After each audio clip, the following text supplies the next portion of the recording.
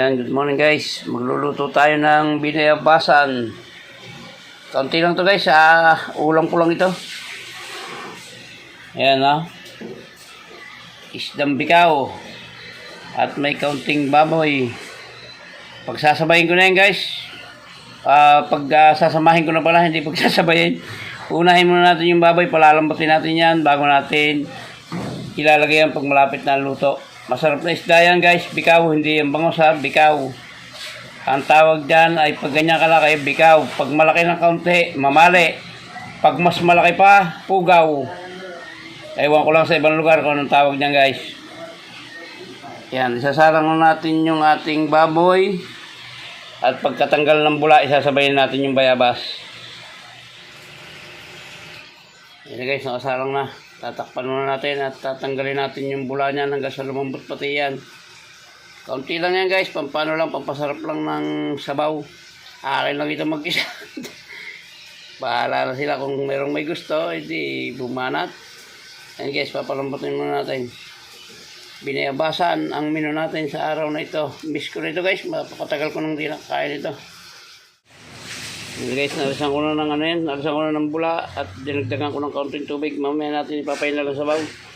Ilalagay natin itong ating bayabas para lumasa na siya ng gusto. Para madurog siya guys. Yan, mamaya natin dadagdagan ng sabaw yan pagkakulang. Siguradong kulang yan dahil may isda pa yan. May sasama tayong isda dyan. Kaya lang muna natin madurog yung bayabas para lumasa siya ng malasang malasa. Yan guys, lalagyan natin yung isda. Durog na yung bayabas. Medyo dinagdagan ko ng konti yung sabaw at masarap yung sabaw nito. Ayan nag-moist na. Iyon. Kaya mamaya natin lalagay yung gulay. Bigyan natin ng bitchin. Ayan, tama na. Konti lang yan. Malasa ito.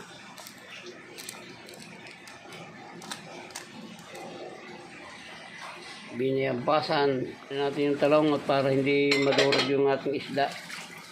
Dali na malututot, ninipisan ko na yung gayat. Tama na yan, hindi rin naman nakakain. Yan, takpa natin ulit. Guys, lagyan na rin natin yung ating sibuyas. Para matimplan natin lasa yan. At yung sili guys, yung isa po putulin natin. Yung isa buo lang. Yan, huli natin lalagay dyan yung talbos ng kangkong. Yan, may konti para hindi malabog yung talbos.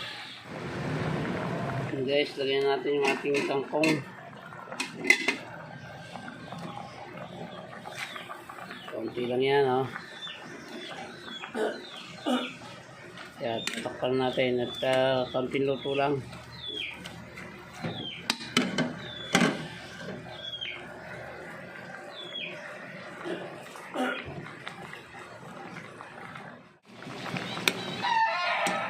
Ayan guys, luto na ito.